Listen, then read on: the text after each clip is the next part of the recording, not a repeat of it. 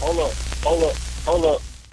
It's that boy G Plans. Don't give a damn. He cooler than a fan. Walking real tall. Some say he's a man. So Big I Stunna. just wanted to know for sure.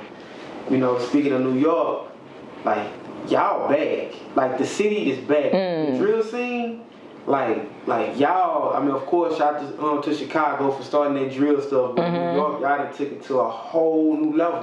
You know what I'm saying? And your Dior freestyle. Yeah. Like you went in. Oh, R.I.P. Pop Smoke. Yeah, Rest King. He was doing this thing as well. Did you get a chance to meet him at one point? Yeah, definitely around the time where Pop Smoke just started bubbling. Industry events, the first time I met him was right before his first actual TV interview, which was on TRL. So I was on the TRL. I was a part of like studio audience. They gave me a shout out and everything during that episode. That was his first ever TV performance, and I just met him with some of my friends like right before that time. So, fast forward that being a part, and then after his passing, I did with the Woo video and just linking up with so many people that knew him that are now like I'm like this with, you know what I'm saying? That like it's really it's full circle. It's crazy. For sure. Like when he passed, like how did you feel? It's like it was crazy because he's so young. It's like he was so young, and when the crazy thing is, a lot of people that's not in New York, like his influence here was crazy. But I'm gonna tell you something. I remember when I went to Africa, right? I went to Ghana, and I remember they were playing Pop Smoke in all the clubs. They was playing Pop Smoke everywhere. I'm in Africa. They knew his words, word for word for word. This is at the time of I'm of the Mali and Zanzibar. This is when that time dropped. They're playing this all throughout Africa. So I'm like, yo, I'm seeing his influence in a whole other culture where they playing all Afro beats, and then they drop Pop Smoke in the club and they going crazy in Africa. So it's like my view of like how I had already seen him was just like, just giant, just being it was giant. And then, understanding the culture, and you couldn't go anywhere. The first time I heard a Pop Smoke song, I was actually in Florida. I remember the first time I was in Florida. I was rolling with some dudes from New York, and they was like playing it right. They in the backseat of our car, and they look kind of scrubby. I don't know when it's my friend's friends. I'm like, and I remember they like, yo, let's get on the aux. The first song they play that, and they like, oh, they going crazy. I'm like, yo, what are they listening to? She like, you don't know this? This is Pop Smoke. You know what I'm saying? And just like, the whole presence that when he passed, it was just like a feeling of like, damn, too soon. He just getting started. Like, what else was, wanting to see what else he was gonna produce, like, and definitely to see what else it did with the culture and the people around us, because that was helping elevate New York scene. That's why New York is lit right now, because of Pop Smoke and what he did for the drill community. You know what I'm saying? And what he did for the sound. That's the reason why everybody checking for New York artists. The labels is flying back in, messing with us. That's the reason that, you know what I'm saying, that it gave people on the streets a lot of dudes making money off of drill, a lot of girls, even girls that's lit right now off of drill. Yeah.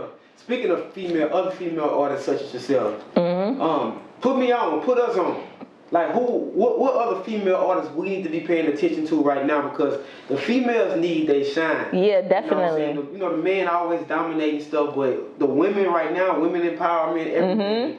Women being liberated, women doing whatever they want, women making money. Like, who we need to be listening to right now? Yeah, if they ain't tapped in and they never seen the On the Radar the ladies night cipher that they did, like, you gotta go and watch that for one. That's gonna give you a little taste of like what female New York rap is all about.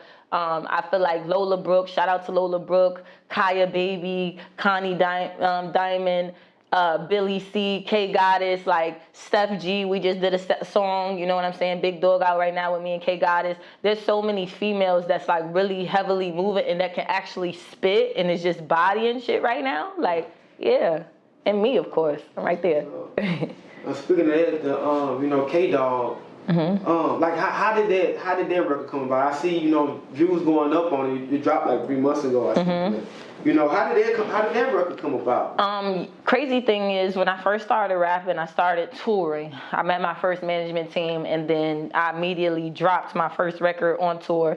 And then K Goddess was touring with us at the same time too. So I met her at one of her release parties. I forget for what record, but I met her there, and it was love. And then we was touring together.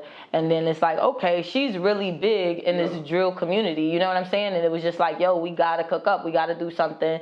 And then I felt like when I created the Big Dog song, just if you know K Goddess, you know, like she's mad, like she's like, she's mad aggressive, you know what I'm saying? Like she's real. So I'm like, that was the type of vibe that I felt like women energy needed, not on no, you know, just straight pussy popping shit, just on some, you know, Big Dog, you know? Yeah, the Big Dog records, I see, you know, y'all got dogs in there, you know, it's kind of like giving them kind of DMX vibes a little bit. You know Yeah, we had to definitely tell a story. If you notice, like, it's like more all females. It's like a female hip hop kind of beef in the story that's told about females that are like hating on women like me and K Goddess in the industry, and kind of like what we do, and we get the opportunity to just show them who the bosses really is. You know what I'm saying? Show them what's going on.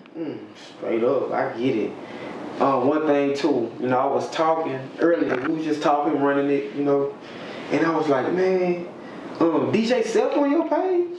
Yeah. And it was like I feel like it's just my time right now. You was like Rick Ross, other guys, and it's a lot of people that be on your page. I'm like, damn. Yeah. But yeah, seeing that, you know, you saying it's your time. Like, how do you really feel? No, I feel like, you know, for me, I've been in the industry for so long, like I've been doing this for 8 years in the industry. I was modeling and rapping. This is my second year rapping, like seriously in the booth. But I've been in the industry rapping and making a name for myself, you know, for like almost 8 years now. And I know so many people, and I've been a part of so much viral things, right? Like what? Let's talk. Like my first, so like for instance, one of my first skits was with Cassidy, right? So that went viral. Cassidy, Tyrone at that time. I used to do a lot of extra work on Love and Hip Hop, where I was like on intro scenes with Cardi B and Remy Ma. This is all like 2014, 2015. So I was cooking and doing so many, True Bloods. I was in like movies. I was doing so much work where I was in a lot of different productions, from like, you know, music videos to fashion shows. I was doing runway modeling at the time. I modeled for Project Runway and Black Pyramids. Chris Brown had posted me on his page a few times. Like over the years, I've done so many things that I was in a lot of viral moments, and that now that I'm actually, you know, utilizing my own talents to put them on the forefront, that I just feel like it's time. Like, you know what I'm saying? I feel like now people are finally starting to notice. And then now as you go back and you go and look at the resume and you go and see, oh snap, were you watching TV? And people freeze frame like, yo, Stunna, this is you, like mad years ago.